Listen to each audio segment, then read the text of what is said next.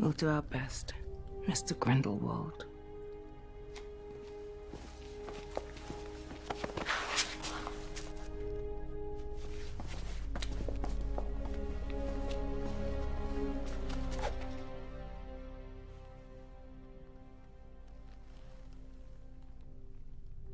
Will we die just a little? My favorite villain in the Harry Potter world is Gellert Grindalwald. The reasons why he's my favorite villain is because he was able to bring fear through the wizarding world. Lord Voldemort was only able to get the same results in the United Kingdom. This made me wonder, how did Gellert Grindalwald accomplish this, and why? To figure this out, we would have to start at the beginning. Gellert Grindalwald was born in 1882 in Scandinavia. His blood status is unknown, but he's suspected to be a pureblood. At a young age, Grindelwald showed signs of magical abilities. He got accepted to Durmstrang Institute. He was an exceptional student and he had the top grades in his class. His favorite class was History of Magic, which helped influence his ideas when he became an adult. What was done here tonight was not right. He was responsible for the death of a no-match. He risked the exposure of our community. He has broken one of our most sacred laws. A law that has us scuttling like rats in the gutter.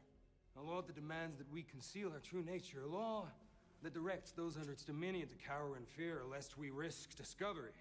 Who does this law protect? Us? Or them? He was quite popular in school and gained a crowd of supporters. Later on in his education, he became obsessed with the story of the Deathly Hallows and how the three brothers were given three objects: the invisibility cloak, the resurrection stone, and the Elder Wand, which by legend makes one the master of death. He claimed the Deathly Hallows symbol to be his own personal emblem, in which he carved the emblem on the school wall. Right before he graduated, he was expelled from Durmstrang for his twisted and dark experiments on fellow students. Grindelwald decided to set out to find the Deathly Hallows after his expulsion. The first place he went looking for the Hallows was at Godric Hollow, the resting place of the three brothers. He stayed with his great-aunt named Bethelga Bagshaw. She introduced him to a young man named Albus Dumbledore. They became instant friends. Albus thought that Gellert Grindalwald was this. Grindelwald, you cannot imagine how his ideas caught me, Harry. It inflamed me. Muggles forced into subservience. We wizards would triumph. Grindelwald and I, the glorious young wizards of the Revolution. Oh, I had a few scribbles. I assuaged my conscience with empty words. It all would be for the greater good, and any harm done would be repaid in hundredfold in benefits for the wizards. Did I know in my heart of hearts what Gellert Grindalwald was? I think I did, but I closed my eyes. The two friends planned to leave Godric Hollow to begin their adventure at the end of the summer of 1899. When Dumbledore's brother, Aberforth, became aware of this, he was disgusted with Albus's ideas. He was also concerned about Ariana, his sister, because she would have no choice but to come along with Albus, which would be unsafe because she's unstable and needed constant attention. Aberforth confronted Albus and Grindelwald, which enraged Grindelwald to put a Cruciatus curse on Aberforth. Albus stepped in to protect his brother, which ignited a vicious three-way duel in which Ariana was killed. Grindelwald fled the country, not knowing if it was him who killed Ariana. Once he left the country, Grindelwald heard a rumor that a wand maker named Gregorovitch found the Elder Wand and was studying its craftsmanship.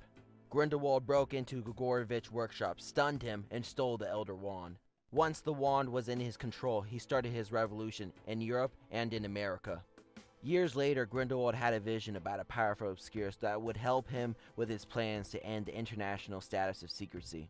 Grindelwald stole the identity of a MACUSA employee to find the Obscurus. Grindelwald believed that the mysterious attacks that were occurring in New York City was the work of a powerful Obscurus, which he felt would be a great asset for his plans for world domination. He blamed all the destruction that the Obscurus was creating on a British wizard named Newt Scamander, who was creating a book on different magical creatures around the world. Newt Scamander was able to prove his innocence by saving MACUSA from Grindelwald. Grindelwald was put in jail for a few months, but later was able to escape. At the same point, he established a prison called Nurmengard to serve as a form of containment for his enemies. The whole wizardry world believed that the only person that was able to stop Grindelwald was Albus. Albus was afraid to face Grindelwald because he was scared to find out who was the person who killed his sister. At the age of 63, Albus confronted Grindelwald, which led to the legendary duel that lasted for hours. Grindelwald was defeated and lost the Elder Wand to Albus. He was imprisoned for his crimes and forced to live in Durmangard. 53 years later, Grindelwald was visited by Voldemort. Voldemort was searching for the Elder Wand and wanted Grindelwald to tell him where it was at. Grindelwald refused and stated, "Kill me then, Voldemort. I welcome death, but my death will not bring you what you seek. That the wand will never, ever be yours." In a fit of rage, Voldemort murdered Grindelwald in 1998. There laid the most dangerous dark wizard of all time to fade into myth and legend. I hope you enjoyed this video. Please like and subscribe, and leave a comment below. Let me know your opinion on why Grindelwald refused to tell Voldemort what happened to the Elder Wand.